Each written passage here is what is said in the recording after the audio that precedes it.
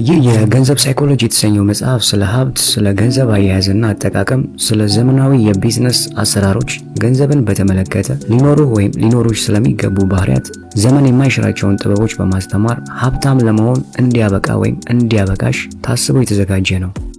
የሀብት ሚስጥርና የገንዘብ ሳይኮሎጂ ከባድ ሳይንስ አይደለም። ይልቁንም ከምታውቀው በላይ የምታደርገውና የምታሳየው ጸባይ እጅግ በጣም ወሳኝ የሆነበት ረቂቅ ክህሎት ሶፍት ስኪል ነው። ይህን ረቂቅ ክህሎት የገንዘብ ስነ ልቦና እንለዋለን። የዚህ መጽሐፍ ዓላማ አጫጭር ታሪኮችን በመጠቀም ረቂቅ ክህሎቶች ከገንዘብ ቴክኒካዊ እውቀቶችና ክህሎቶች ይልቅ ይበልጥ ወሳኝ እንደሆኑ ለአንባቢው ማስረዳት ነው። የሀብትና የገንዘብ ትምህርት በአብዛኛው በቀመሩ ላይ ቁጥር አስገብተን ቀመሩ ምን እንደምናደርግ፣ ምን እንደምናገኝ እንደሚነግረን ልክ እንደ ሂሳብ ነክ ትምህርት ነው እየተሰጠ ያለው። እንዲሁም በዚህ መልክ በትክክል እንደምናሳካው ይታሰባል። ለችግሩ የሚሆንና ለ6 ወራት የሚበቃ ገንዘብ ቆጥብ፣ በየወሩ ከደሞዝ 10 በመቶ ያሉን አስቀምጥ፣ እንዲህ ያሉ የገንዘብ ምክሮችን እንሰማለን። ምን ያህል ቆጥቤ ምን ያህል ገንዘብ ወለድ አገኛለሁ የሚለውንም ማወቅ እንችላለን። ሆኖም ግን ይህን ማድረጋችን በራሱ መጥፎ ወይም ጥሩ ባይሆንም በአእምሯችን ውስጥ እየሆነ ያለውን ነገር ግን አይገልጽም። በዘመናት በጋራ ሙከራና ስህተት የተሻሉ ገበሬዎች፣ ችሎታ ያላቸው የጥገና ሰራተኞችና እጅግ የላቅን ኬሚስቶች እንዴት እንደምንሆን አውቀናል። ነገር ግን ሙከራና ስህተት ግላዊ የገንዘብ አስተዳደራችንን እንድናሻሽል ራሳችንን በዕዳ የምንዘፍቅ አይደለንምን? ለክፉ ቀን ብዙ እንድንቆጥብ አድርጎናል። ለጡረታ ጊዜያችንስ በደንብ እንድንዘጋጅ አድርጎናል። ለደስታችን ገንዘብ ምን እንደሚያደርግልንና ምን እንደማያደርግልን ትክክለኛው አመለካከት እንድንይዝ አድርጎናል። ለዚህ ምንም አሳማኝ መረጃ አላገኘውም። እኔ እንደማስበው ዋና ምክንያቱ ገንዘብን ልክ እንደ ስነ ልቦና በስሜቶችና በአስተውሎት ሳይሆን ልክ እንደ ፊዚክስ በመርሆችና በህጎች እንደሚሰራ በማሰባችንና በመማራችን ነው። ይህ ደግሞ ለኔ ወሳኝ የመሆኑን ያህል አስደናቂም ነው። ገንዘብ የትም ቦታ አለ፣ ሁላችንንም ይወስነናል። አብዛኞቻችንን ግራ ያጋባናል። ስለ ገንዘብ ሁሉም ሰው ብዙ የተለየ ነገር አያስብም። ስለ ስጋት፣ በራስ ስለመተማመንና ደስታ ስለመሳሰሉት በብዙ የህይወት ዘርፎች ተግባራዊ ስለሚሆኑ ነገሮች ትምህርቶችን ይሰጡናል። የተወሰኑ ጉዳዮች በገንዘብ ላይ ሰዎች የሚያሳዩት ጸባይ ለምን እንደሆነ ለማብራራት የሚያግዝ አጉሊ መነጽር ይሰጡናል። ይህ ከምድር እጅግ ታላላቅ ትዕይንቶች አንዱ ነው። ታሪክ ራሱን አይደግምም፣ ሁሌም የሚደግመው የሰው ልጅ ነው የሚለውን የቮልቴርን መልከታ በጣም ወደዋለሁ። ስለ ገንዘብ ስለምናየው ባህሪም በትክክል ይሰራል። በ2018 ገንዘብን በተመለከተ ሰዎችን ሲጎዱ ያየዋቸውን 20 ዋና የመጥፎ ባህሪ ድክመቶች፣ ግራ መጋባቶችና መንስኤዎችን የሚያብራራ ሪፖርት ጽፌያለሁ። የገንዘብ ስነ ልቦና የሚል ርዕስ ነበረው። ከ1 ሚሊዮን በላይ ሰዎች ያነበቡት። እናም ይህ መጽሐፍ የዚህ ርዕስ ጥልቅና ሰፊ ትንተና ነው። ከሪፖርቱ ላይ የተወሰኑ ጥቂት አንቀጾች ምንም ሳይቀየሩ በዚህ መጽሐፍ ላይ ተካተዋል። በዚህ መጽሐፍ ላይ እኔ የገንዘብ ስነ ልቦና እጅግ ወሳኝና ብዙ ጊዜ የተለዩ ባህሪያት ናቸው ብዬ የማስባቸውን እያንዳንዳቸውን የሚያብራሩ 20 ምዕራፎችን ይዟል። ምዕራፍ 1 ማንም ቂል አይደለም። ስለ አንድ ጉዳይ ልንገራችሁ። በገንዘባችሁ ምን እንደምታደርጉ ሊጠቅማችሁ ይችላል። ሌሎችም ሰዎች በገንዘባቸው ስለሚያደርጉት ነገር ከመፍረድ እንድትቆጠቡ ሊያግዛችሁ ይችላል። ሰዎች በገንዘብ ቂል ነገሮችን ያደርጋሉ። እነሱ ራሳቸው ቂል ባይሆኑም ማለት ነው። ነገሩ እንደዚህ ነው። ከተለያዩ ትውልዶች የመጡ የተለያየ የገቢ መጠንና የተለያየ እሴት ባላቸው ወላጆች ያደጉ፣ በተለያየ የዓለም ክፍሎች የሚኖሩ፣ በተለያዩ የኢኮኖሚ ደረጃዎች የተወለዱ፣ የተለያዩ ማበረታቻዎችና የተለያዩ እድሎች ካሏቸው ከሚገጥሟቸው የተለያዩ የሥራ ገበያዎች ሰዎች በጣም የተለያዩ ትምህርቶችን ይማራሉ። እያንዳንዱ ሰው ዓለም እንዴት እንደሚሰራ የየራሱ የተለየ ልምድ አለው። እናም በራስ በተግባር የገጠመህና ያየኸው ከሌላኛው ሰው ከተማረው ይልቅ ይበልጥ አሳማኝ ነው። እንዲህም ስለሆነ አንተ፣ እኔ፣ ማንኛውም ሰው ገንዘብ እንዴት እንደሚሰራ የተለያዩ አመለካከቶችን እንይዛለን። ካለፍናቸውም የህይወት ደረጃዎች ጋር እናቆራኘዋለን። ይህ ደግሞ ከሰው ሰው እጅግ በጣም እንዲለያይ ያደርገዋል። ለአንተ ቂልነትና እብደት የመሰለ ነገር ለኔ ትክክልና ምክንያታዊ ሊሆን ይችላል። በድህነት ያደገ ሰው ስለ ገንዘብ አንድ የቢሊየነር ልጅ ቢጥርም ሊረዳው በማይችለው መንገድ ያስባል። የዋጋ ግሽበትና የኑሮ ውድነት ከፍተኛ በነበረበት ወቅት ያደገ ሰው፣ ገበያው በተረጋጋበትና ኑሮ በተደላደለበት ወቅት ያደገ ሰው በፍጹም ሊኖረው የማይችለው ልምድ አይቷል። ስለ ገንዘብ እኔ የማላውቀውን ታውቃለህ ወይም ተቃራኒውን ከኔ በተለያዩ አመለካከቶች፣ ግቦችና ራዕዮች ህይወትህን ኖረሃል። ያ የሆነው አንደኛው ከሌላኛው የበለጠ ብልህ ስለሆነ ወይም የተሻለ መረጃ ስላለው አይደለም። ምክንያቱ በተለያዩና በእኩል አሳማኝ በሆኑ ልምዶች የተቀረጸ የተለያየ ህይወት ስላለን ነው። ሁላችንም በገንዘብ ላይ ብዙ የእብደት ነገሮችን እናደርጋለን። ምክንያቱም በአንጻራዊነት ለነዚህ ጨዋታ ሁላችንም አዲስ ነን። እናም ለሌላው ቂልነት የመሰለ ለኔ ትክክል ሊመስል ይችላል። ነገር ግን የትኛውም ሰው ቂል አይደለም። ሁላችንም በሆነ ወቅት ትክክል በሚመስሉን ካሉን የግል ልምዶች ተነስተን ውሳኔዎችን እንወስናለን። አሁን ቢል ጌትስ እንዴት ሀብታም እንደሆነ አንድ ታሪክ ልንገራችሁ። ምዕራፍ 2 እድልና እድለቢስነት። ምንም ነገር ጥሩ እንደሚመስለው ወይም መጥፎ እንደሚመስለው አይደለም። እድልና እድለቢስነት እህትማማቾች ናቸው። ሁለታቸውም በህይወት የሚገጥም እያንዳንዱ ተግባራዊ ውጤት ከግለሰብ ጥረት ውጭ ባሉ ኃይላት የሚወስኑ እውኖች ናቸው። የኒውዮርክ ዩኒቨርሲቲ ፕሮፌሰር ስኮት ስኬትን በተመለከተ እንዲህ ይለናል። ምንም ነገር ጥሩ እንደሚመስለው ወይም መጥፎ እንደሚመስለው አይደለም። ቢል ጌትስ በዓለም ኮምፒውተር ከነበራቸው በጣም ጥቂት ሁለተኛ ደረጃ ትምህርት ቤቶች በአንዱ ተምሯል። ከሲያትል ወጣ ብሎ የሚገኘው ሌክሳይድ ትምህርት ቤት ኮምፒውተር ማግኘቱ በራሱ የሚደንቅ ታሪክ ነው። የማይክሮሶፍት አጋር መስራች ፖል አለን እንዲህ ያስታውሳል። ቢል የተባለ የባህር ኃይል ፓይለት በትምህርት ቤታችን ውስጥ የሂሳብና የሳይንስ መምህር ሆነ። ቢል ያለ ተግባራዊ ልምድ መጽሐፍትን ብቻ መሸምደድ ዋጋ የለውም ብሎ ያምን ነበርና ስለ ኮምፒውተር ከሀሳብ ባለፈ በተግባር እንድናውቅ አስቻለን። ቢል በ1968 የሌክሳይድ ትምህርት ቤት እናቶች ክለብን በማሳመን ከዓመታዊ ሽያጭ የተሰበሰበውን $3000 ገደማ 30 ኮምፒውተሮችን እንዲገዙበት አደረገ። ቢል ጌትስ እንዲህ ሲል ይገልጸዋል። ከዘመኑ እጅግ ቀድሞ ሐሳብ የነበረ። ቢል ጌትስ 8ኛ ክፍል ሳለ ትምህርት ቤት ያገኘው የነበረውን ኮምፒውተር የሚያስተካክል በዚያን ጊዜ አብዛኞቹ የዩኒቨርሲቲ ድህረ ምረቃ ትምህርት ቤቶች እንኳን አልነበራቸውም። እሱም እስኪበቃው መጠቀም አይችልም ነበር። በ1968 የክፍል ጓደኛውን ፖል አለንን ሲያገኝ ጌትስ 13 ዓመቱ ነበር። አለንም እንደሱ በትምህርት ቤቱ ኮምፒውተር እጅግ ተመስጦ ነበር። ጥብቅ የሆነ ወዳጅነትን መሰረት። የሌክሳይድ ኮምፒውተር የጠቅላላ ስርዓት ትምህርቱ አካል አልነበረም፣ ራሱን የቻለ የጥናት መርሃ ግብር ነበር። ቢልና አለን በእረፍት ጊዜያቸው ከትምህርት በኋላ እስከ ምሽት ቅዳሜና እሁድ የፈጠራ ችሎታውን በእጅጉ በማሳደግ ከኮምፒውተር ጋር ማሳለፍ ቻሉ። በአጭር ጊዜ የኮምፒውተር ሊቅ ሆኑ። ፖል አለን ከዕለታት በአንዱ ምሽት ቢል ጌትን ወደ እርሱ እንዲዞር ጠርቶ የፎርቹን መጽሔት ውስጥ እያሳየው እንዲህ አለው፣ የፎርቹን 500 ኩባንያ የሆነ ድርጅቶች ብንመሰረት ምን ታስባለህ? አለን በጣም ይደንቃል አለ። ምናልባት አንድ ቀን የራሳችን የሆነ የኮምፒውተር ኩባንያ ይኖረናል አለ ጌትስ። ዛሬ ማይክሮሶፍት ከ$1 ትሪሊዮን በላይ ሀብት አለው። ቢል ጌትስ እጅጉን የሚያስደንቅ ምጡቅ አእምሮ ያለው በጣም ጠንካራ ሰራተኛ የነበረ ገና በ10ዎቹ ዕድሜው እጅግ በጣም ስመጥር የሆኑ የኮምፒውተር ኩባንያ ስራ አስኪያጆች እንኳን ያልነበራቸው ሊረዱት እንኳን ያልቻሉት ኮምፒውተሮችን የተመለከተ ትልቅ ራዕይ ነበረው። ወደ ሌክሳይድ ትምህርት ቤት በመግባት ከሚሊዮን አንድ ሰው የሆነውን ጅማሮ አድርጓል። ቢል ጌትስ በአንድ ወቅት እንዲህ ብሏል፣ ስኬት ሰነፍ መምህር ነው። እጅግ ብቃት ያላቸው ሰዎች የሚያጡት ነገር እንደሌለ እንዲያስቡ በማድረግ ያስተኛቸዋል። ነገሮች እጅግ በጣም በጥሩ ሁኔታ ሲሄዱ የምታስበውን ያህል ጥሩ እንዳልሆኑ ተረዳ። የማትሸነፍ አይደለህም። እናም እድል ስኬትን አምጥቶልኛል ብለህ የምትቀበል ከሆነ እጅግ በፍጥነት ታሪክን በሚቀይረው በእድለቢስነት ወይም ማመን አለብህ።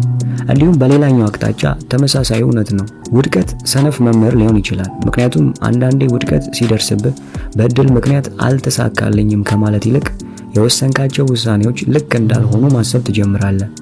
እድለቢስነት የሚያጋጥምህ ሆኖ ሳለ ውድቀት መጥፎ ውሳኔዎችን እንደወሰኑ በማስታወስ እጅግ ብቃት ያላቸውን ሰዎች ይሸውዳቸዋል። በእድል ምክንያት ያጡትን ለማግኘት ደጋግመው የተሳሳቱ ውሳኔዎችን መወሰንና ባላቸው ሁሉ መጫወት ይጀምራሉ። ነገር ግን ይበልጥ ጠቃሚ የሆነው እድል ለስኬት ያለውን ሚና ከተረዳን ከእድለቢስነት ሚና ራሳችንን ይቅር ማለትና ውድቀቶችን ስንመዝን ለመረዳት ቦታ መተው ይሆናል የሚለው ነው። ምንም ነገር ጥሩ እንደሚመስለው ወይም መጥፎ እንደሚመስለው አይደለም። ምዕራፍ 3 ያለኝ አይበቃኝም። ሀብታም ሰዎች የእብደት ስራዎችን ሲያደርጉ። የቫንጋርድ ኩባንያ መስራች ጆን በ2019 ህይወቱ አልፏል። ብዙዎቻችን በአስተውሎት ስለማንመለከተው ነገር የሚያወሳ ታሪክ ተናግሮ ነበር። በቫልተር ደሴት በአንድ የሄንድ ፈንድ ስራ አስኪያጅ ቢሊዮነር በተደረገ የራት ግብዣ ላይ ጆን ለጓደኛው ጆሴፍ ሄለር እጅግ በጣም ተወዳጅ በሆነው ልብ ወለድ መጽሐፉ ላይ እንደጻፈው እርሱ ዘመኑን ሁሉ ለፍቶ ያላገኘውን በአንድ ቀን ብቻ ጋበዛቸው። ብዙ ገንዘብ እንዳገኘ ነገረው። ሄለን መለሰ፣ አዎን፣ ግን እሱ የማይኖረው እኔ ያለኝ አንድ ነገር አለ። ይህም ያለኝ ይበቃኛል ማለት ነው። ያለኝ ይበቃኛል ወይም ይበቃል ማለት በዚህ ግርማ ሞገስ ባለው ተራ አገላለጥ ተደነቁ። ስለ ሁለት ምክንያቶች፣ አንድ በራሴ በህይወቴ የተሰጠኝ ብዙ ነገር አለ። ሁለት ጆሴፍ ሄለር ያለው እጅግ በጣም ትክክል ሊሆን ይችላል። የማህበረሰባችንና በመካከላችን ያሉ እጅግ በጣም ሀብታምና እጅግ ከፍተኛ አቅም ያላቸው የብዙዎች ዋና መገለጫ የሆነው በዚህ ዘመን ይበቃል የምንለው ገደብ ያለ አይመስልም። አብዛኞቻችን $100 ሚሊዮን አይኖረንም። ነገር ግን ይህን መጽሐፍ ከሚያነቡ ሰዎች ቀላል የማይባል ፐርሰንት በህይወታቸው የሆነ ወቅት የሚያስፈልጋቸውን ወሳኝ ነገርና የሚፈልጓቸውን ብዙ ነገሮች ለማሟላት በቂ የሆነ ደሞዝ ወይም ገንዘብ ያገኛሉ ወይም ይኖራቸዋል። ከነዚህ ሰዎች አንዱ ከሆንክ የሚከተሉትን ጥቂት ነገሮችን አስታውስ። አንደኛ፣ እጅግ ከባዱ የፋይናንስ ክህሎት የመዳረሻ ግብን ማግኘት ነው፣ ወይም ያለኝ ይበቃል ማለትን መማር ነው።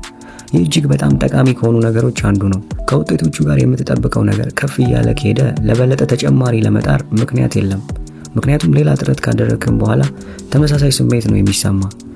ብዙ የማግኘት ጣዕም፣ ብዙ ገንዘብ፣ ብዙ ስልጣን፣ ብዙ ክብር የማግኘት ጣዕም ከእርካታ ይልቅ ይበልጥ ምኞትን የሚፈጥር ከሆነ ጎጂ ነው። ይሄኛው መንገድ አንድ እርምጃ ወደፊት በተራመድን ቁጥር የመዳረሻ ግባችንን 2 እርምጃ ወደፊት እንዲርቅ ያደርገዋል። ይህ ደግሞ ወደ ኋላ እንደቀረ እንዲሰማ ያደርጋል። እናም ከግብ ለመድረስ ብቸኛው መንገድ በጣም ከፍተኛ የሪስክ መጠን መውሰድ እንደሆነ ይሰማሃል። ሁለተኛ፣ ራስን ከሌላ ጋር ማወዳደር ችግር ነው። በአመት $500,000 የሚያገኝ አንድ ጀማሪ የቤዝቦል ተጫዋች በማንኛውም ትርጓሜ ሀብታም ነው። ነገር ግን ይህ ተጫዋች በማይክ ትራውት ለ12 ዓመት $430 ሚሊዮን በተፈራረመበት ተመሳሳይ ክለብ ውስጥ ይጫወታል እንበል። ራስን በማወዳደር ጀማሪው ተጫዋች አይረካም። ከዚያም ስለ ማይክ ትራውት ያስባል። በአመት $36 ሚሊዮን እጅግ በጣም ከፍተኛ የገንዘብ መጠን ነው። ነገር ግን በ2018 እጅግ በጣም ከፍተኛ ተከፋይ የሄጅ ፈንድ ስራ አስኪያጅ ዝርዝር ውስጥ ለማስገባት በአመት ቢያንስ $430 ሚሊዮን ማግኘት ይኖርበታል። እንደ ትራውት ያሉ ሰዎች እንደዚያ ነው የሚያስቡት ወይም ራሳቸውን የሚያወዳድሩት። አንድ ጓደኛዬ በየአመቱ ለጉብኝት ወደ ላስ ቬጋስ ይሄዳል። የሆነ አመት አንድን ደላላ እንዲህ ብለው ጠየቀው፣ ምን አይነት ቁማሮችን ነው የምትጫወተው? ምን አይነት ካዚኖ ነው የምትጫወተው? ደላላው እውነቱን መለሰ። በላስ ቬጋስ ካዚኖ የማሸነፍ ብቸኛው መንገድ እንደገባ ቶሎ መውጣት ብቻ ነው። ከቆየ የያዝከውን ሁሉ በቁማር ትበላለህ። ከሌሎች ሰዎች ሀብት ላይ ለመድረስ የምንሞክረው ጨዋታ ልክ እንደዚሁ ነው። ምንም ያህል እንኳን ብታገኝ ካንተ ከፍ ያላለና መፈለግህን አታቆምም። ሶስተኛው፣ በቂ ማለት በጣም ትንሽ ማለት አይደለም። በቂ አለኝ ማለት ሐሳብ መልካም እድልና እጅ ላይ ያለን አማራጭ የመተው ወግ አጥባቂነት ሊመስል ይችላል። እንደዚያ ነው ብዬ ግን አላስብም። ይበቃኛል ማለት እንዲያውም ተቃራኒውን መረዳት ነው። ሁሌም የሚጨምር የማይጠግብ ፍላጎት ከምትጸጸትበት ደረጃ ላይ ያደርሳል። ምን ያህል ምግብ መብላት እንደምትችል ለማወቅ ብቸኛው መንገድ እስክትታመም ድረስ መብላት ነው። በጣም ጥቂቶች ብቻ ይህንን ሞክረውታል። ምክንያቱም የትኛውም ምግብ ጥሩ ከመሆኑ በላይ ማስመለስ ያማል። ሰዎች እስኪያማቸው ድረስ ባይበሉም ቢዝነስ ላይ ግን የሚሆነው ከዚህ በተቃራኒ ነው። ማንም ጠገብኩ ብሎ ገንዘብ መሰብሰቡን አያቆምም። እናም ብዙዎች ሲከስሩ ወይም እንዲያቆሙ ሲገደዱ ብቻ የበለጠ መፈለጋቸውን ያቆማሉ። ምንም ያህል የሚያስገኝ ቢሆንም ለአደጋ የማናጋልጣቸው ብዙ ነገሮች አሉ። ከእስር ቤት ከወጣ በኋላ ረጃት ጉብታ ለኒውዮርክ ታይምስ ያገኘውን ትምህርት ተናግሯል። ከምንም ነገር ጋር በጣም በጥብቅ አትተሳሰር፣ ከክብርህም ይሁን ከስኬቶች ወይም ከማንኛውም ነገር ጋር። አሁን ስለዚህ ነገር አስባለሁ። እንደዚያ እንዳደርግ ያደረገኝ ምንድን ነው? አዎ፣ ይህ ነገር ትክክል ባልሆነ መንገድ መልካም ስሜን አጥፍቶታል። ክብርን ስፈልግና የተሻለ ሀብትን ሳሳድድ አጥብቄ ከፈለግኩት ክብር ተለያየሁ። ክብር እጅግ በጣም ውድ ነው። ነፃነትና በራስ መመራት እጅግ በጣም ውድ ነው። ቤተሰብና ጓደኞች እጅግ በጣም ውድ ናቸው። እንዲወዱ በምትፈልጋቸው ሰዎች መወደድ እጅግ በጣም ውድ ነው። ደስታ እጅግ በጣም ውድ ነው። እናም ያንተ ከፍተኛው ስኬት እነዚህን ነገሮች ለመጠበቅ እነርሱም ሊጎዱ የሚችሉ ሪስኮችን ከመውሰድ መቆጠብ ያለብህን ጊዜ ባወቅክ ጊዜ ነው። ይህም ሊሆን የሚችለው በቃኝ፣ ያለኝ ይበቃኛል ማለትን ስታውቅ ነው። መልካሙ ዜና በቂ የሆነን ነገር ለመገንባት የሚያስፈልገን ኃይለኛ መሳሪያ በሚያስደንቅ ሁኔታ በጣም ቀላል ነው። ክብርን እስክታጣም ድረስ ሪስክ መውሰድ አይጠበቅብህም። እንዴት እንደሆነም በቀጣይ ምዕራፍ እንመለከታለን። ምዕራፍ 4 የዳግም ርቢ ውጤት ኮምፓውንድ ኢንተረስት። ከዋረን ቦፌት $84.5 ቢሊዮን የተጣራ ሀብት $81.5 ቢሊዮን የመጣው ከ65ኛው ዕድሜ በኋላ ነው። አእምሯችን እንደዚህ ያሉ ድንቅ ነገሮችን ለማካሄድ የተገነቡ አይደሉም። አንድ ነገር ዳግም ከተባዛ ጥቂት በጥቂት ማደግ ወደፊት ለሚገኝ እድገት ጉልበት ሆኖ ካገለገለ አእምሮ ማሰብ ከማይችለው እጅግ ከፍተኛና እጅግ ልዩ ወደ ሆኑ ውጤቶች ሊያመራ ይችላል። እንዲሁም እድገት ከየት እንደሚመጣና ምን ነገር ወደ እርሱ ሊወስድ እንደሚችል የሚቻለውን ነገር ዝቅ አድርገ መመልከት ነባራዊ እውነታን የሚያጠፋ ይሆናል። እንዲሁም ገንዘብ ይሰራል። ከ2000 የሚበልጡ መጽሐፍት ዋረን በፌት ሀብቱን እንዴት እንደገነባው ማስታወሻ ሆነዋል። አብዛኞቹ በጣም አስደናቂዎች ናቸው፣ ነገር ግን በጣም ጥቂቶቹ ብቻ ለዚህ እጅግ በጣም ቀላል ለሆነ እውነታ በቂ ትኩረት ሰጥተዋል። የዋረን በፌት ሀብት የመጣው ዝም ብሎ ጥሩ ኢንቨስተር ስለሆነ አይደለም፣ ገና ከልጅነቱ ጀምሮ ጥሩ ኢንቨስተር በመሆኑ እንጂ። ይህንን እየጻፍኩ ባለሁበት ወቅት የዋረን በፌት የተጣራ ሀብት 84.5 ቢሊዮን ዶላር ነው። ከዚህ ውስጥ 84.2 ቢሊዮን ዶላሩን ያገኘው ከ50ኛ ዓመቱ በኋላ ነው። 81.5 ቢሊዮን ዶላሩ የመጣው በ60ዎቹ አጋማሽ ዕድሜው ለጡረታ ከደረሰ በኋላ ነው።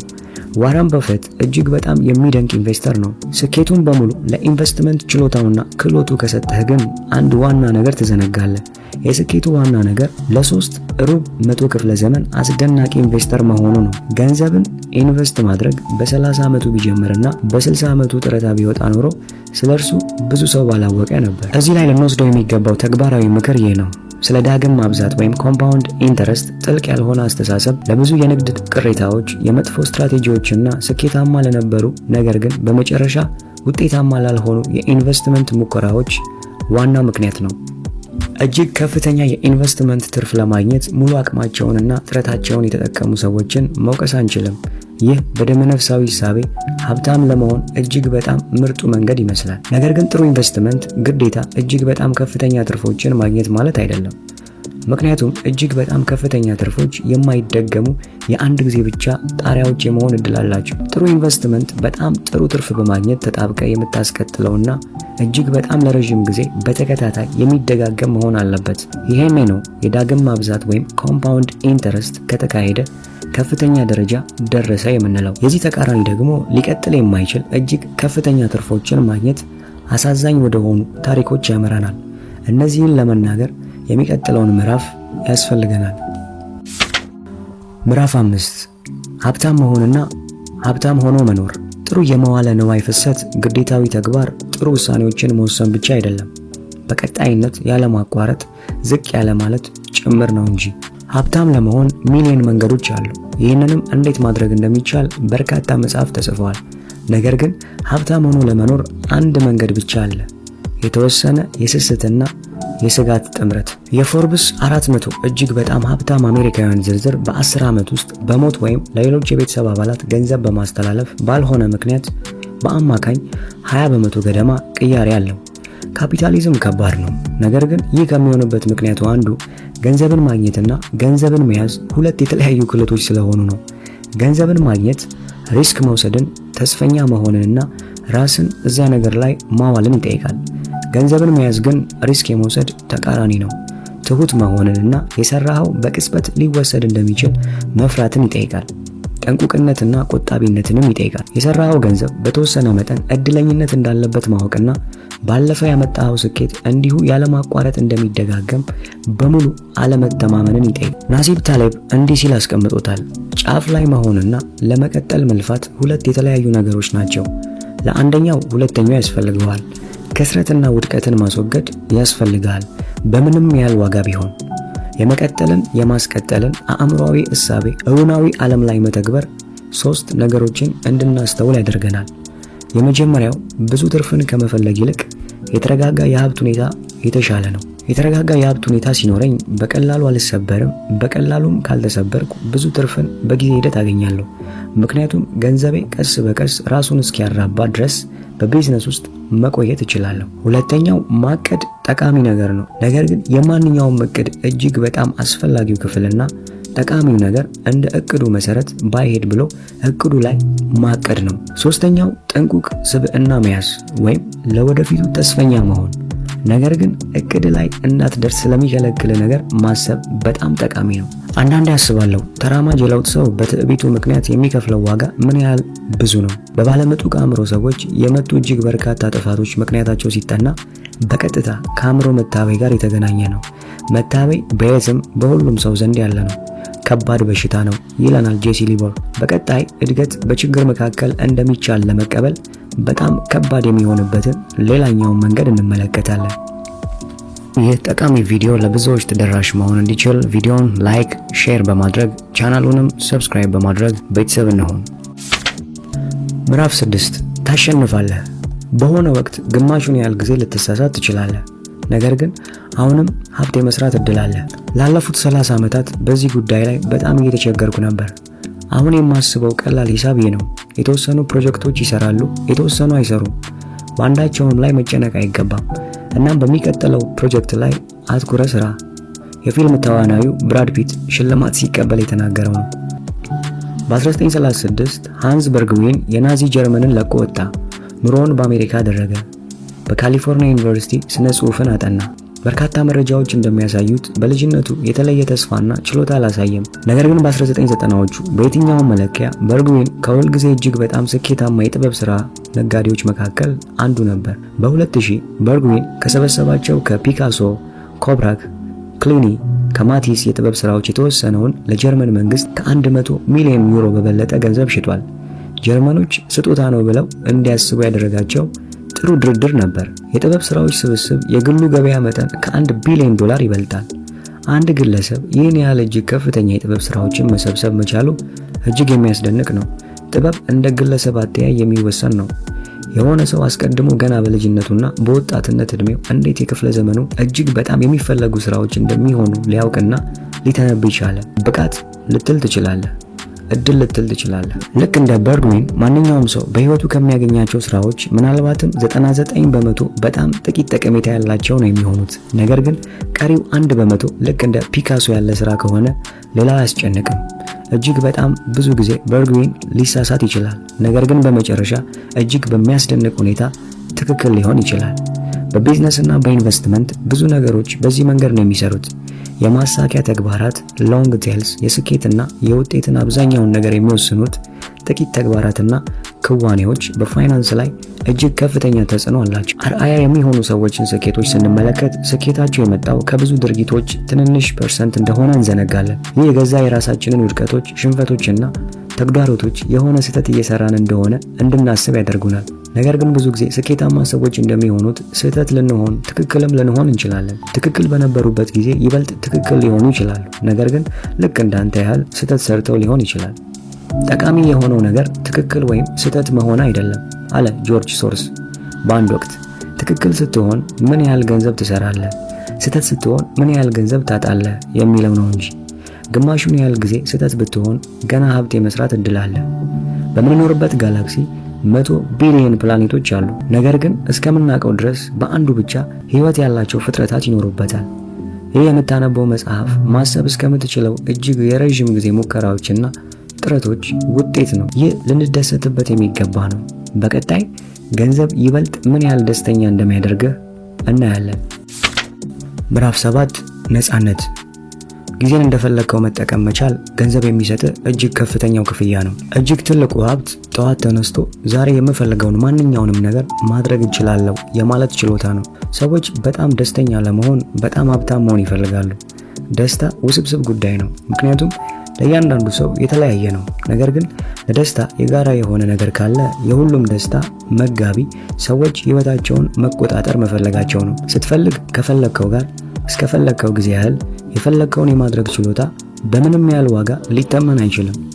ገንዘብ የሚሰጠው እጅግ ከፍተኛው ክፍያ ነው። ከደሞዝ በላይ፣ ከቤት ትልቅነት በላይ፣ ስራ ካለው ክብር በላይ ማድረግ የምትፈልገውን መቼ እንደምትፈልገው ከማን ጋር ማድረግ እንደምትፈልግ መወሰንና መቆጣጠር መቻል ሰዎችን ደስተኛ የሚያደርጋቸው እጅግ ዋና የህይወት ዘይቤ አካል ነው። የገንዘብ እጅግ ከፍተኛው ጥቅም ይህንን በደንብ መግለጽ አይችልም። ጊዜህ ላይ የበላይነት እንዲኖር የማድረግ ጥቅሙ ነው። ደረጃ በደረጃ የነፃነትና በራስ የመወሰን መብትን የሚሰጥ በምታደርገው ነገርና መቼ ማድረግ በምትችለው ላይ የበላይነት የሚሰጥ ያጠራቀምከው በእጅ ያለው ሀብት ነው። ትንሽዬ የሀብት መጠን ማለት ስትታመም ብዙ ሳትጨነቅ ጥቂት የረፍት ቀናት የመውሰድ አቅም ነው። ትልቅ የሀብት መጠን ማለት ደግሞ ከዚህ ትንሽ ከፍ ሲል ዝም ብለህ ያገኘውን ስራ ከመስራት ተቆጥበ የምትፈልገውን ጥሩ ስራ መስራት እንድትችል ነው። ለ6 ወራት ለድንገተኛ ወጪዎች የሚሆን ገንዘብ አለ ማለት ባለቃ አትደናገጥም።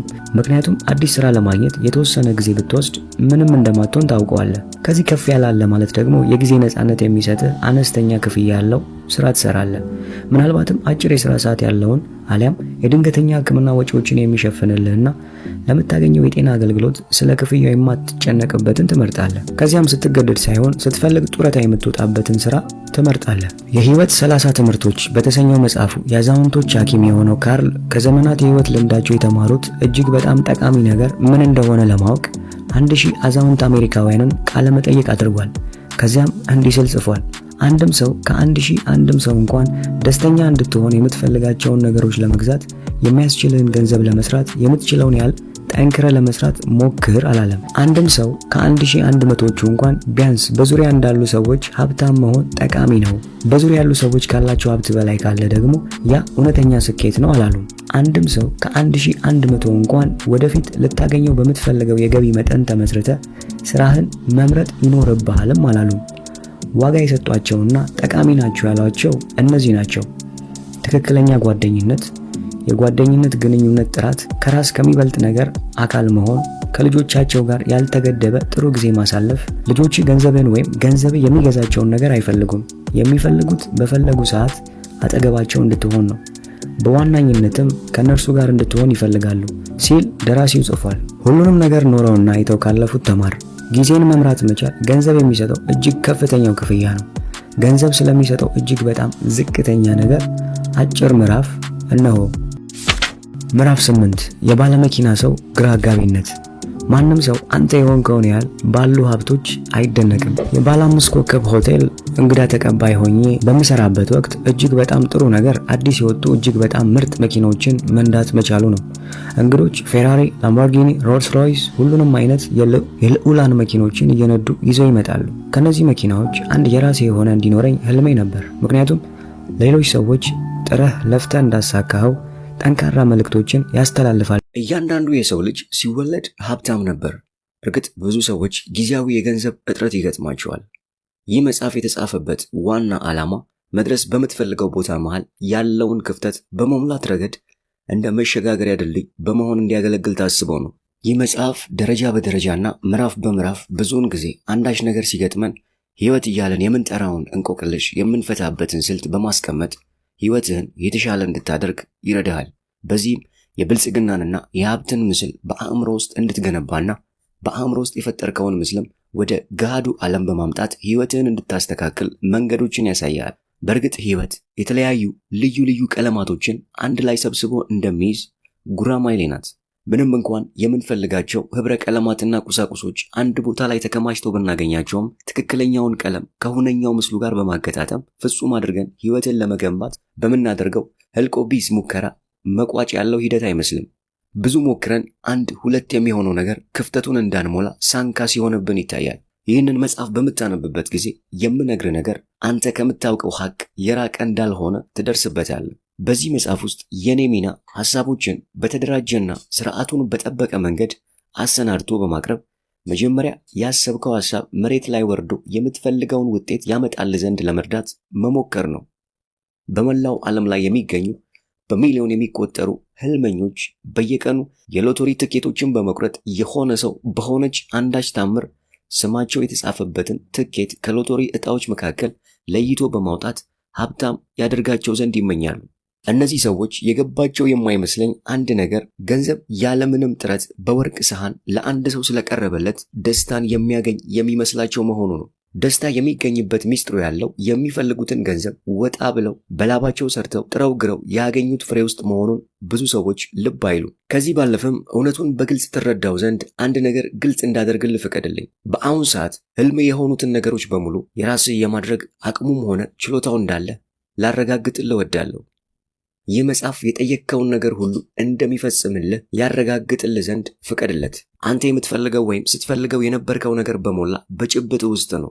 ይህ እቅድ ሲሆን አሁን ካለህበት ቦታ አንስቶ የምትፈልግበት ቦታ የሚያደርስ እጅግ በጣም ቀላል እቅድ ነው። በእርግጥም አታላይ የሚመስል ቀላል እቅድ ነው። ነገር ግን ከልክ በላይ ግልጽ በመሆን የቀረበው የእቅዱ ቅለት እንዳያታልል መጠንቀቅ ይኖርብሃል። ምክንያቱም እያንዳንዱ የዚህ መጽሐፍ ምዕራፍ ውስጥ አካቶ የያዘው ፍሬ ሐሳብ ከፍተኛ ቁም ነገር ያላቸውና እጅግ ጠቃሚ መሆናቸው የተረጋገጠ በመሆኑ ነው።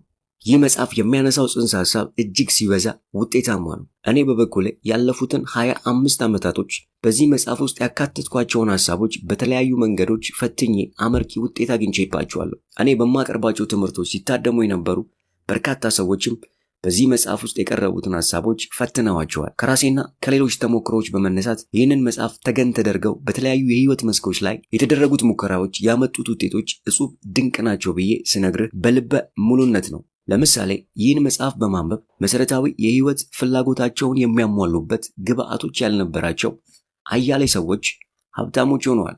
ሌሎች ደስታ እንዲርቃቸውና ድብርት ውስጥ እንዲወድቁ ያደረጋቸው ችግር ውስጥ ተዘፍቀው የነበሩ በርካታ ሰዎች ደስተኛና የተረጋጋ ሰው መሆን እንዲችሉ አድርገው ራሳቸውን ቀይረዋል። አሁን አንተም እነዚህን ሐሳቦች ከፍተኛ ፈተና ላይ አስቀምጠህ ማለትም በህይወትህ ውስጥ በማስገባት የምትፈትንበትን እድል አግኝተሃል። የምትፈልገው ምንድን ነው? የምትፈልገውን ማግኘት እንደምትችል እወቅ። ከዛም የምትፈልገውን ነገር ሁሉ ማግኘት ትችላለህ።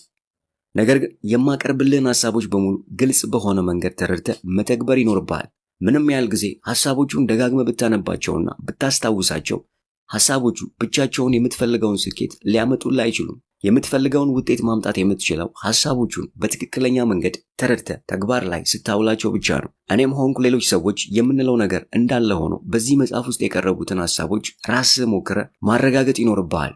ይህ መጽሐፍ የተጻፈበት አግባብ ማንኛውም አይነት ዓላማ ላይ ለመድረስ የሚያስችልህን ካርታ በአእምሮ ውስጥ ቀርጸ መንቀሳቀስ እንድትችል በሚመች መልኩ ነው። ከእያንዳንዱ ምዕራፍ ወደ ሌላው ምዕራፍ በምትሸጋገርበት ጊዜ እያንዳንዱ ተከታይ ምዕራፍ ራስህን፣ እውነተኛ ማንነትህን፣ ችሎታህንና አቅምህን ወደምታውቅበት የእውቀት ማማ ቀስ አድርጎ እያዋዛ ይዞ ሽቅብ ይወጣል።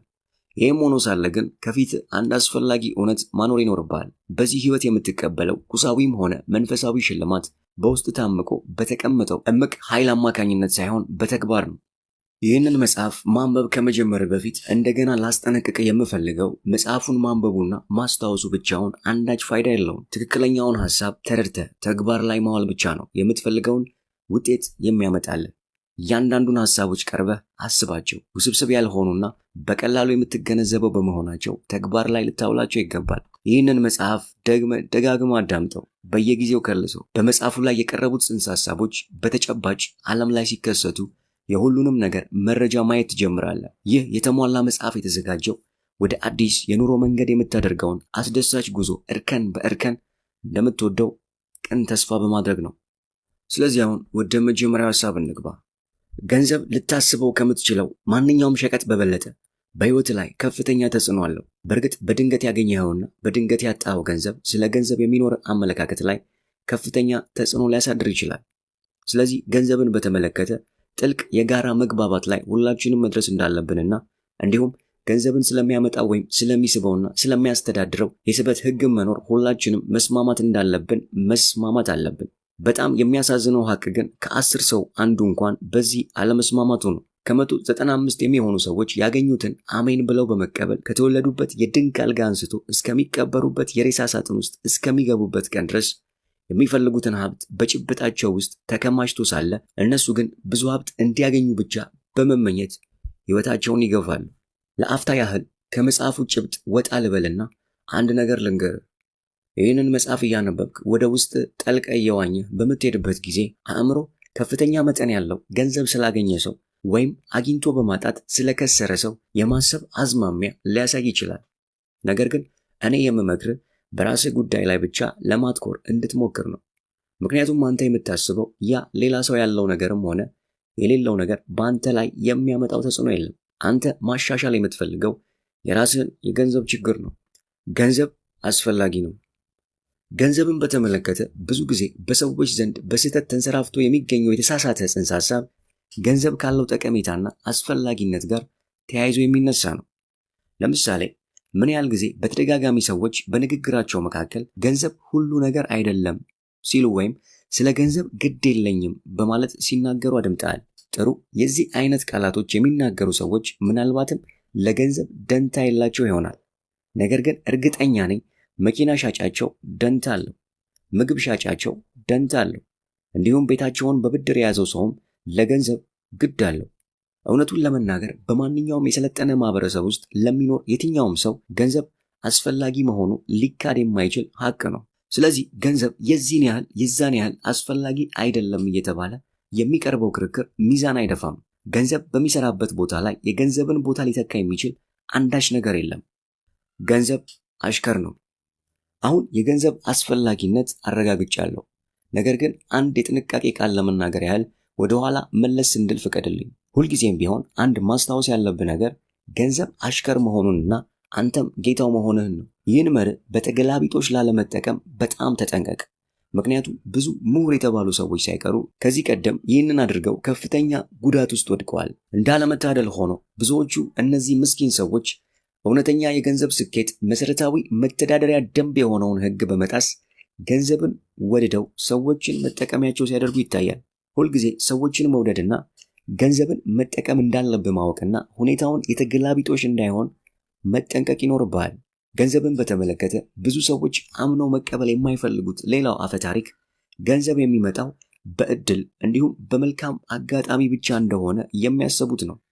ለምሳሌ ሰዎች በህብረት ተሰብስበው በገንዘብ ስኬታማ ስለሆነ የሚያውቁት ሰው በሚያወሩበት ጊዜ ከመሃላቸው አንዱ ምን እባክህ እሱ እኮ እድለኛ ነው ወይም እሱ በትክክለኛው ቦታ በትክክለኛው ጊዜ ተገኝቶ ነው። ፍጹም እርግጠኛ በሆነ ነገር ላይ ተመርኩዤ ላረጋግጥ የምፈልገው ነገር ቢኖር ምንም እንኳን እድል በግልጽ ለገንዘባዊ ስኬት ጥቂት የሚጫወተው ሚና ቢኖረውም እድል ብቻውን ግን ለገንዘባዊ ስኬት በፍጹም በቂ ሊሆን እንደማይችል ነው። ገንዘብ ውጤት በመሆኑ ሁልጊዜም ይገኝ ዘንድ ጥረት ያስፈልጋል። እመነኝ፣ በዚህ ምድር ላይ ነፃ ግልቢያ ብሎ ነገር የለም። በቀላል መንገድ ገንዘብን እንሰራለን የሚሉ ሰዎች ወይ የሚሰሩት ገንዘብ የሚመረትበት ድርጅት ውስጥ ነው ወይም ካልተነቃባቸው መጨረሻቸው ከርቸሌ ነው። ስለዚህም ለገንዘባዊ ስኬት መንስኤው መልካም እድል ነው የሚል አመለካከት ስትይዝ መቼም ቢሆን ከአእምሮ መጥፋት የሌለበት ነጥብ መልካም እድል ሁልጊዜ ከጥረትና ጠንክሮ ከመስራት ጋር ሊጣመር እንደሚገባው ነው። ገንዘብ መሰራጨት አለበት። ስለ ገንዘብ ማወቅ ያለብህ ሶስተኛው ነገር ገንዘብ ጥቅም ላይ እስከዋለ ጊዜ ድረስ ብቻ ዋጋ የሚኖረው መሆኑን ነው። አንድ ጊዜ ከስርጭት ወይም ከዝውውር ዑደት ውጭ ከሆነ መጨረሻው በቆሻሻ ማጠራቀሚያ እንደተከማቸ አሮጌ ጋዜጣ ወይም ባዶ የቢራ ቆርቆሮ ይሆናል። ነገር ግን ልብ በል፣ ገንዘብ መሰራጨት አለበት ስልህ መባከን አለበት እያልኩ እንዳልሆነ ይግባ። በእነዚህ ሁለት ጽንሰ ሐሳቦች መካከል ሰፊ ልዩነት አለ፣ በመሰራጨትና በመባከን። የሀብት አስተሳሰብ መልምጃ። እንግዲህ እስካሁን ባለው ጊዜ አንዳንድ ስለ ገንዘብ የሚነሱ መሰረታዊ ባህሪያቶችን ነካክተናል። አሁን ደግሞ የምትፈልገውን ያህል መጠን ገንዘብ ወደ ራስህ መሳብ ስለምትችልበት ቀላል ቴክኒክ ባጭሩ ለማየት እንሞክር። የመጀመሪያው እንድታደርግ የምፈልገው ነገር በአእምሮ ዓይንህ ራስህን እንድትስል ነው። ከብዙ ጓደኞች ጋር አንድ ክፍል ውስጥ ተቀምጠህ በዓይነ ህሊና ራስህን ተመልከት። ከዚያም ለጓደኞችህ ሀብታም ለመሆን እንደወሰንክ በይፋ ስትነግራቸው በአእምሮ እንድታየው እፈልጋለሁ። ይፋዊ መግለጫውን የምታደርገው ቢያንስ አንተ በምትፈልገው የሀብት ደረጃ ልክና መኖር በምትፈልገው የኑሮ ዘይቤ ልክ ቢሆንም አያጣላንም። አሁን ይህን ንግግር ካደረግክ በኋላ ስለሚሰማ ስሜት አስብ። እንደ አብዛኞቹ ሌሎቹ ሰዎች ከሆንክ ምናልባት ምቾት ላይሰማ ይችላል። ምናልባት ምቾት ማጣትም ወደኋላ እንድታፈገፍግና ለጓደኞች ሀብታም ስለመሆን የነገርካቸው ነገር ቀልድ መሆኑን ደጋግመህ ልታበስራቸው ትችላለህ። ሊገባ የሚገባው ነገር ሀብታሞች የገንዘብ ነገር ሲነሳ ምቾት እንደማያጡ ነው። ለምን ምቾት አያጡም የሚል ጥያቄ ማንሳት አይቀርም። ለዚህ ጥያቄ በአጭርና በግልጽ ቋንቋ ለመመለስ ምክንያቱም ቀድመው ብዙ ገንዘብ ስላከማቹ ነው የሚል መልስ ልሰጥ እንደምችል ልትጠብቅ ትችላለህ። ትክክለኛው መልስ ግን ይህ አይደለም። ሰዎች ስለ ገንዘብ ሲሰማቸው ምቾት የማይሰማቸው ገንዘብ ስላላቸው ሳይሆን ገንዘብ ያላቸው ስለ ገንዘብ ጉዳይ ሲነሳ ምቾት ስለሚሰማቸው መሆኑን ልብ ማለት ይኖርብሃል። በሌላ አማርኛ ይህ ማለት ሀብታሞች ገንዘብ ያላቸው አንዱ ምክንያት ቀደም ብለን የገንዘብ አስተሳሰብ በማለት የገለጽነውን የአስተሳሰብ ደረጃ ስላዳበሩት ነው። ስለዚህ እኛም ወደ ህይወታችን ገንዘብ እንዲመጣ የምንፈልግ ከሆነ የሀብታሞቹን ፈለግ በመከተል እንደነሱ የብልጽግናን አስተሳሰብ ማጎልበትና ማሳደግ ይኖርብናል። አሁን ራስን መጠየቅ ያለብህ ጥያቄ ይህንን የብልጽግና አስተሳሰብ ለራሴ እንዴት አድርጌ ነው ማጎልበት የሚችለው የሚል መሆን አለበት። እንድገልጽልህ ፍቀድልኝ። የብልጽግናን አስተሳሰብ ማዳበር የምትችልበት ምርጡና ሁነኛው መንገድ በአእምሮ አይኖች የምትመኘውን ያህል ገንዘብ በይዞታ ስር አስገብተህ ራስን በመመልከት ነው። ይህ የሆነበት ምክንያት ውስጠ ህሊናችን ወይም ድብቁ የአእምሮ ክፍል በእውነተኛው የገንዘብ ይዘትና በምናብ በተሳለ ገንዘብ መሃል ያለውን ልዩነት ማወቅ ስለማይችል ብዙም ሳትቆይ ስለ ገንዘብ ያለ ሐሳብ ምቾት እንዲሰማ ያደርጋል። በዚህም ምክንያት ገንዘብ ለራስ መሳብ ትችላለህ። ይህ የምትጫወተው ጨዋታ መስሎ ሊሰማ ቢችልም ነገር ግን ማድረግ የምትችለው አንዱና ብልሃታዊ መንገድ ይህ መሆኑን ላረጋግጥልህ እወዳለሁ። ውስጠ ህሊና ወይም ድብቁ አእምሮ ሀብታም መሆንህን በማሳመኑ ረገድ ሲሳካልህና ሀብታም የመሆኑም ስሜት ጥሩ ስሜት ሲፈጥርልህ ድብቁ አእምሮ ስለ ሀብት ያለህን ምናባዊ ስሜቶች ያሰብከውን ገንዘብ በቁሳዊና ተጨባጭ ቅርጽ የሚገልጽበት መንገድ በአፋጣኝ ይፈልጋል። የመጨረሻው አረፍተ ነገር ቅዠት መስሎ አልዋጥልህ ካለ ለጊዜው ይህን ስሜትህን ወደ ጎን ብለህ ማንበብን ቀጥል። ስለ ብልጽግና አስተሳሰብ በዚህ መጽሐፍ ውስጥ በተለያዩ ቦታዎች ላይ ስለምንወያይ ይህንን መጽሐፍ አንብበህ ከመጨረስህ በፊት እነዛን አልዋጡልህ ያሉ አረፍተ ነገሮችን ይበልጥ ስሜት እንደሚሰጡ ላረጋግጥልህ እወዳለሁ። አትፍራ። አሁን ከፍተኛ ሀብት ለማከማቸት የሚረዳህን ቴክኒክ ነካክቼዋለሁ። ቢሆንም ሌላ ተጨማሪ የማስጠንቀቂያ ቃላቶችን ልለግስ። በፍጹም ማድረግ የሌለብህ አንድ ነገር የምፈልገውን ያህል ገንዘብ አገኝ ይሆን ወይስ አላገኝ ይሆን በማለት መጨነቅ ፈጽሞ የለብህም። በመጽሐፍ ቅዱስ ውስጥ በመጽሐፍ ቅዱስ ዘመን ከነበሩ የመከራ ሰዎች ሁሉ ታላቁ የመከራና የስቃይ ሰው ኢዮብ የሚከተለውን ንግግር አስቀምጦ አልፏል። የፈራሁት ነገር መጥቶብኛልና የደነገጥኩትም ደርሶብኛል። አሁን ንባብህን አቁመህ ራስን ጠይቅ። ዛሬ ስለ ገንዘብ ለምንጨነቅ ሰዎች እነዛ የመጽሐፍ ቅዱስ ቃላቶች ምንን ያመለክታሉ? በእርግጠኝነት ሁላችንንም ሊያስማማ የሚችል አንድ ፍቺ ይኖራቸዋል። በቂ ገንዘብ ስለሌለን ወይም ያለንን ገንዘብ እንዳናጣ ልምድ ሆኖብን ያለምንም እረፍት ሁልጊዜ በቋሚነት እየተጨነቅን የምንኖር ከሆነ ጭንቀታችን በከንቱ እንዳልሆነ የኢዮብ ቃላቶች ያረጋግጡልናል። በብዙ መከራዎች፣ ስቃይና ቸነፈር ኢዮብ በእርግጥ እንደተንገላታ ሁሉ እኛም በገንዘብ እጥረትና እጦት ፍራቻ በእርግጥም እንሰቃያለን። ይበልጥ ዘመናዊ የሆነ ምሳሌን ማቅረብ ካስፈለገ የምስኪኑን ሽማግሌ ሚስተር ቻፕማንን አሳዛኝ ክስተት ደጋግመን እናስብ።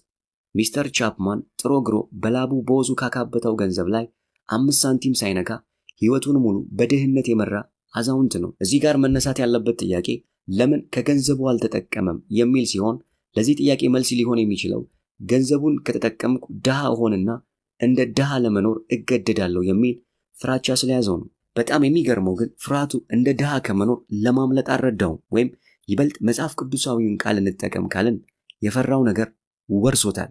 ስለዚህ አንተ ማወቅ ያለብህ ስለ ገንዘብ መጨነቅ ሁልጊዜም ቢሆን ከትርፉ ይልቅ ጉዳቱና ኪሳራው እንደሚበረታ ከተናገርኩ በቂ ነው። ለክፉ ቀን ትንሽ ልቆጥብ ብዬ ነው በሚል የቆየ አባባል እውነታውን ምክንያታዊ ለማድረግ ብትሞክርም የዚህን መርህ እውነታነት ልትቀለብስ አትችልም። እዚህ ነጥብ ላይ ሌላ አንድ ሚስጥር ግልጽ አድርጌ ልለፍ። አሁን የምታገኘውን የገንዘብ መጠን የእውነት ማሳደግ ከፈለግ እንግዲያውስ ማድረግ ያለብህ የመጀመሪያው ነገር በዙሪያ ያሉ ሰዎች ስለሚሉት ነገር ብዙም አትኩሮት አለመስጠትና በውስጥ ለሚናገረው ድምፅ አልባው ድምፅ ብዙ አትኩሮት በመስጠት ማዳመጥን ተማር። በጣም ተራ በሆኑ ቃላቶች ማስቀመጥ ካስፈለገ ከአንተ ከራስ ውጭ በሆነ ማንኛውም አይነት ተጽዕኖ ስር ላለመውደቅ የምትሰጠውን የአትኩሮት መጠን መቀነስ መማርና በውስጥ ያለውን ደመነፍሳዊ ስሜትንና ስሜቶችን ለማመን ሁልጊዜ መጣር አለብህ። ግልጽ ላድርግልህ፣ ብዙ ሰዎች በመረጡት አይነት የህይወት ዘይቤ ለመኖር የሚያስችላቸውን ያህል የገንዘብ አቅም ማከማቸት እንዳይችሉ ደንቃራ ከሚሆኑባቸው ምክንያቶች መካከል አንዱ በሌሎች ሰዎች አስተያየት ተጽዕኖ ስር በቀላሉ ስለሚወድቁ። ለምሳሌ ስለ ሀገሪቷ ኢኮኖሚ ውድቀትና የኑሮ ውድነት በሶሻል ሚዲያም ሆነ በጋዜጣ በቴሌቪዥን ስርጭቶች ዜና የሚጽፉ ጸሐፊዎች እንዲያስቡላቸው የሚፈቅዱ ሰዎች በሽ ናቸው። ነገር ግን ናፖሊዮን ሂል ወይም በማሰብ መበልጸግ ቲንክ ኤንድ ግሮው ሪች በተሰኘው ታላቅ መጽሐፍ ውስጥ በግልጽ እንዳስቀመጠው አስተያየቶች በምድር ላይ የሚገኙ ርካሽ ሸቀጦች ናቸው። እርግጥ ነው ማንም ሰው የሌሎችን ሰዎች አስተያየት ለመቀበል ፈቃደኛ ሆኖ ራሱን ዝግጁ ካደረገ አስተያየት በገፍ የተሸከሙ ሰዎች ዙሪያውን ሞልተዋል። ስለዚህ ከዚህ ቀደም በማወቅም ሆነ ባለማወቅ በሌሎች ሰዎች አስተያየት ተጽዕኖ ስር እንደወደቅ አሁን ልብ ካልክ አሁኑኑ ይህን መጽሐፍ ወደፊት እያደመጥክ ከመገስገስ በፊት ከዚች ቅጽበት አንስቶ የጆሮውን ታምቡር ለፈጣሪ ምክር ክፍት አድርገህ ከሱና ከራሱ የተሻለ መካሪ የለም በማለት የራስህን ምክር እንደምትሰማ ወስን። አስታውስ፣ ይህንን የምታደርግ ከሆነ በተወሰነ የጊዜ ገደብ ውስጥ ገንዘባዊ ስኬትን ልትጎናጸፍ የማትችልበት ምንም ምክንያት የለም። በማካፈል ብርታትን ማጎልበት። አንድ ተጨማሪ የምክር ቃል ላጋራ። በራሳቸው ጥረት በማንኛውም ነገር ላይ ስኬታማ የሆኑ ሰዎች ቁጥር በጣም ጥቂት በመሆኑ ቢያንስ አንድ ሰው ፈልገ በዚህ መጽሐፍ ውስጥ የቀረቡትን ሐሳቦች በማካፈል ከሌሎች ሰዎች ጋር ለመወያየት እንድትሞክር ሐሳብ አቀርብልሃለሁ። የብልጽግና አስተሳሰብ የሰው ልጆች በተጨባጭ ባልደረሱበት ይዘውት ባላዩትና በማያውቁት ነገር ላይ ፈጽሞ ደስተኛ እንደማይሆኑ ፀሐይ የሞቀው ሐቅ መሆኑን እንደምትስማማ አምናለሁ። ለምሳሌ የራይት ወንድማማቾች እንዴት መብረር እንደሚቻል በግልጽ እስካወቁበት ጊዜ ድረስ የሰው ልጅ በከፍተኛ ፍጥነት በአየር ላይ የመብረር ድሎት አጣጥሞ አልተደሰተም ነበር።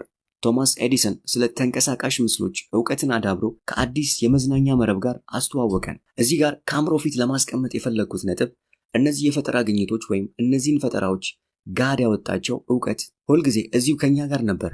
እርግጥ ነው ከዚህ በፊት የነበረውም ሆነ ወደፊት የሚሆነው ዕውቀት በእኩል ሁኔታ በሁሉም ስፍራና በሁሉም ጊዜ ይገኛል። ነገር ግን እነዚህ ዕውቀቶች የሚሰጡንን ትሩፋቶች ከመጠቀማችን በፊት እነዚህን የሐሳብ ሰንሰለቶች አንድ ላይ ሰብስቦ ተጨባጭ ዕውቀት ወደምንለው የሐሳብ ቅርጽ ለማዳበር ግለሰብ ይጠይቃል።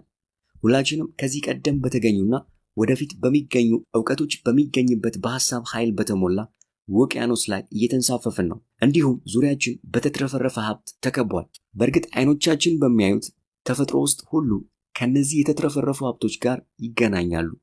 ተፈጥሮ ውድቀት ስለሚባል ነገር የምታውቀው አንዳች ነገር የለም። ስለዚህ ነቅቶ ከማወቅ ውጭ የምንም ነገር እጥረት አልነበረም፣ ወደፊትም አይኖርም። ነገር ግን ወደዚህ የብልጽግና ዓለም ሰርጸ መግባት ከጀመርክ ማሰብ መጀመር አስፈላጊ መሆኑ ሊገባ ይገባል። በሌላ አገላለጽ ምስልን ወይም የብልጽግና አስተሳሰብን በአእምሮ ውስጥ ለሚፈጥረው የሐሳብ ምንጭ ኃይል አእምሮውን ክፍት ማድረግ ይኖርባል። በሺህ የሚቆጠሩ መልካም ታማኝና ጠንካራ ሰዎች ቀን ተሌት ደከመን ሰለችን ሳይሉ በዚህ ፕላኔት ላይ ሲኖሩ ተግተው እየሰሩ ሀብት ግን አጠገባቸው ድርሽ ያለል ሲላቸው በደንብ የምታውቃቸው ሰዎች ይኖራሉ። ለእንደዚህ አይነት ግለሰቦች ፀሐይ ወጥታ እስክትጠልቅ ያለው ጊዜ ህይወት በመከራ የተሞላች ናት። በዚህ መጽሐፍ ውስጥ የቀረቡት ሐሳቦች ግን አእምሮ ላይ ያጠላውን ይህን ጥላ አስወግደው ለዚህ አዲስ አስተሳሰብ አእምሮህን ክፍት እንድታደርግ ያነቃቃሃል የሚል ተስፋ አንግበዋል። ዕውቀት የሚጎለብተውም ሆነ ሲጎለብት የነበረው በአስተሳሰብ ነው። ህይወትህ አሁንም በምንም አይነት ሁኔታ ላይ ቢሆን ህይወትህን የማሻሻል ተስፋ ካለህና ይህ መጽሐፍ ሀብታም መሆን ትችላለህ ብሎ ሐሳብ እንደሚያቀርበው የእውነት ሀብታም የመሆን ፍላጎቱ ካለ ዛሬ ነገ ሳትል አሁኑኑ ስለ ብልጽግና ማሰብ መጀመር ይኖርብሃል። ነገ ወይም በኋላም አይደለም፣ በሚቀጥለው ሳምንት፣ በሚቀጥለው ወር ወይም በሚቀጥለው ዓመትም አይደለም። መጀመር ያለብህ አሁን ነው። ማሰብ የሰው ልጅ የተካነው ታላቅ ችሎታ ነው። እንዳለመታደል ሆኖ ግን የሚያስቡት ጥቂት ሰዎች ብቻ ናቸው። ብዙዎቹ ሰዎች በአእምሯቸው ውስጥ የሚራወጡትን የተለያዩ እንቅስቃሴዎች አምነው በመቀበል እያሰቡ እንደሆነ ራሳቸውን ያታልላሉ። እውነታው ግን ብዙ ሰዎች ትውስታ እየተባለ የሚጠራውን የአእምሯቸውን ክፍል ነው የሚጠቀሙት። የቆዩ ፊልሞች ወይም የቆዩ ምስሎችን እየመላለሱ በአእምሯቸው ስክሪን ላይ እየደጋገሙ ያጫውቱታል። በዚህ ቅጽበት ይህን አዲስ የአስተሳሰብ መንገድ መጀመር ምንም ጥያቄ የሌለው ምርጫ ነው። ምክንያቱም ይህ አዲስ የአስተሳሰብ መንገድ ስትጀምረው እያንዳንዱ የሰውነት ክፍል በዚህ አዲስ የሐሳብ ጉልበት ይሞላል። ሰውነት በብዙ ሚሊዮን ሴሎች ጥምረት የተገነባ ሲሆን የእያንዳንዱ ሴል እንቅስቃሴም በሐሳብ ግፊቶች ተጽዕኖ ስር ነው። የተረጋጉ ሐሳቦችን በማሰብ መዝናናት በጀመርክ ሰከንድ ሰውነት ዘና ፍትት ይላል። ስለ ጭንቀትና አስፈሪ ሐሳቦችን ማሰብ በጀመርክ ቅጽበት ሰውነት ከመቀጽበት ይለድማል፣ በውጥረት ይሞላል። የብልጽግናን ሐሳብ በአእምሮ ስትይዝና ራስህን እንደ ሀብታምና በሐሳብ ውቅያኖስ ዙሪያውን ከቦ በተትረፈረፈ የሀብት ባህር ውስጥ እንደሚዋኝ ባለጸጋ ግለሰብ ማሰብ ስትጀምር ሰውነትህም አእምሮህም ወደ ብልጽግና ሞገድ ወዲያውኑ በመንቀሳቀስ ሀብታም እንድትሆን የሚያደርጉህን አስፈላጊ ነገሮች በሙሉ እንደ ማግኔት ስበው ማምጣት ይጀምራሉ። የተነሳሽነት ስሜታቸው ለከዳቸው ሰዎች እነዚህ ሐሳቦች የማይጨበጡ እንደሚመስሉ አውቃለሁ። ዳሩ ግን እውነት ናቸው። ለአእምሯችን የምንመገበው የብልጽግና አስተሳሰብ በተከታይ በገሃዱ ዓለም ሁልጊዜ ሀብትን ይዞ ይመጣል። ለምሳሌ የሀብታም ልጆች ከተወለዱበት ቀን አንስቶ ለዚህ አይነቱ አስተሳሰብ የተጋለጡ ናቸው። በገንዘብ ሂደት ውስጥና ብልጽግናን እንዲለማመዱ ሆነው ነው ያደጉት ማለት እንችላለን። ነገር ግን ብዙዎቻችን በዚህ አይነት አካባቢ የተወለድን ባለመሆናችን ለዚህ አይነቱ አስተሳሰብ የተጋለጥን አይደለንም። ስለዚህ ከታች የተዘረዘሩትን ነጥቦች ተረድተን የብልጽግናን አስተሳሰብን ማጎልበት ይኖርብናል። አንደኛ፣ እንዴት ነው ለዚህ አመለካከት ተጋላጭ መሆን የምንችለው? ሁለተኛ፣ አሁን የምናገኘውን ውጤት የምናገኘው ለምንድን ነው? ሶስተኛ አስተሳሰባችንን ወይም ሁኔታችንን እንዴት መቀየር እንችላለን? ይህ እንደሚታሰበው በቀላሉ የሚተገበር አይደለም። ከፍተኛ ዲሲፕሊን ወይም ስርዓትን ይጠይቃል። እንደዚሁም ከፍተኛ ፍላጎትና ብርቱ ጥረትን የሚጠይቅ በመሆኑ በጣም ጥቂት ሰዎች ብቻ በተጨባጭ ሲለወጡ ይስተዋላል። የሆነ ሆኖ ግን እንድታውቀው የምፈልገው ነገር ምንም ያህል አስቸጋሪ ቢሆን ሊከወን የሚችል ነገር መሆኑንና እንዲሁም ከሌሎች ነገሮች አኳያ ሲታይም በአጭር ጊዜ ውስጥ ሊፈጸም የሚችል ተግባር መሆኑ ነው። ለብርቱ ጥረት የምትቀበለው ካሳ ያስደስታል። እኔም በተጨባጭ አድርጌው ውጤት ላገኝበትና ሌሎች በርካታ ሰዎችም አድርገውት ተሳክቶላቸው ስላየው የምናገረውን አውቃለሁ። አሁን ላንተም ይህንኑ ማድረግ አስፈላጊ ነው። ይህንን መጽሐፍ ማንበብ የጀመርክ ዋናው ዓላማ ብቸኛ የሚያስፈልግ ማረጋገጫ የእውነት የመለወጥ ፍላጎት ነው። በውስጥህ እውነተኛ ኃይል አለ። ድብቁ አእምሮ ታላቁ አንጡራ ሀብት ሲሆን በአዲሱ የአስተሳሰብ መዋቅራችን እኛም ተጽዕኖ ስር ማድረግ የምንፈልገው ይህን የአእምሮ ክፍል ነው። ነገሩን ይበልጥ ቁርጠኛና ጠጣር ለማድረግ የሚከተለውን አረፍተ ነገር አስብበት። ማንኛውም ሐሳብ፣ እቅድ ወይም ዓላማ በድብቁ አእምሮ ውስጥ በእምነትና በተስፋ አጎልብተን በምናደርገው ተደጋጋሚ ሐሳቦች ሊተከል ይችላል። እናም ይህ አረፍተ ነገር በሳይንሳዊ ሙከራ ተረጋግጧል ወይም ይህ አረፍተ ነገር ትክክል መሆኑን ልናረጋግጥበት የምንችልበት በተጨባጭ የተደረገ የታወቀ ዘዴ ወይም ቴክኒክ አለ ወይ? የዚህ አይነት ዘዴ ወይም ቴክኒክ ካለ ለሁሉም ሰው ሊገኝ ይችላል ወይ በማለት ልትጠይቅ ትችላለህ። እነዚህ ጥያቄዎች በሙሉ አዎን ተብለው በግልጽ ቃል ሊመለሱ ይችላሉ። ይህ መጽሐፍ እነዚህን የብልጽግና አስተሳሰቦች በመደጋገም በውስጥ የተከማቹትን ብዙ አስደናቂ ግኝቶች እንድታገኝ ይመራሃል በሚል ልባዊ ተስፋ የተጻፈ ነው። ገንዘብን ሌሎች ገንዘቦችን ለማምጣት ልትቀጥረው እንደምትችለው ታዛዥ አገልጋይና በአካል ልታቀርበው ከምትችለው አገልጋይ በላይ እንደሚያቀርብልህ ታታሪ አሽከር እንደሆነ ማየት ጀምር። ገንዘብን የተመለከቱ ጉዳዮች ሲነሱ ምቾት ሊሰማ ግድ ነው። ምክንያቱም የእውነት ስትወለድም ሀብታም ነበርክና። እንዲኖር የምትፈልገውን ሀብት ለማግኘት መፍጠር ያለብህን ንቃተ ህሊና ለመፍጠር ዙሪያህን የከበቡህን ሐሳቦች ለመሳብ የሚያስችሉ አስፈላጊ የአእምሮ መሳሪያዎች አሉ። እጥረትና ገደቦች ሊኖሩ የሚችሉት በአእምሮአችን ውስጥ ቦታ ስናበጅላቸው ብቻ ነው። የብልጽግና አስተሳሰብ እጥረትና ገደብ አያውቅም። በአስደናቂው አእምሮ ውስጥ የተጋረጠውን ሳንካ ሙሉ በሙሉ ለማስወገድ ቆርጠ በመነሳት በማግኘት ችሎታ ላይ በመተማመንና የምትፈልገው ሀብት ሁልጊዜም በምላሹ አንተን እየፈለገ መሆኑን ተረዳው። ስለዚህ ከአሁን ሰዓት ጀምሮ ንቁን የአእምሮውን በር በሰፊው ክፈተውና መቀበል ጀምር። አእምሮዊ ገንዘብ። አሁኑኑ ከራስ ጋር የአእምሮ ጨዋታ መጫወት ጀምር። ትልቅ ሀብት በይዞታ ስር ገብቶ በአይነ ህሊና ቃኘው። በገንዘቡ ምን ልታደርግበት እንደምትችል በማሰብ በአእምሮ ያሰብካቸውን ነገሮች ማድረግ ጀምር። ድብቁ አእምሮ በተጨባጭ በሚደረጉ እውነተኛ ነገሮችና በምናብ በሚሳሉ ሐሳባዊ ነገሮች መሃል ያለውን ልዩነት ስለማያውቅ ይህ መልመጃ የብልጽግና አስተሳሰብን በፍጥነት እንድታካብት ይረዳል። አስታውስ፣ ይህ የመኖርህ ትክክለኛ ህግ ነው። አንድን ነገር በአካል ከማግኘት በፊት መጀመሪያ በአእምሮ ወይም በሐሳብ ማግኘት አለበት። ከዚህ በተጨማሪም ሁሉም ሰው ከራሱ ጋር በአእምሮ ያወራል። እንደውም አንዳንድ ሰዎች ጮክ ብለው ያወራሉ። ስለዚህ ከራስ ጋር የግል ጨዋታ ስትቀጥል ሀብታም መሆን እንዴት በጎ ስሜት እንደሚሰማ ሁልጊዜ ለራስህ ንገረው።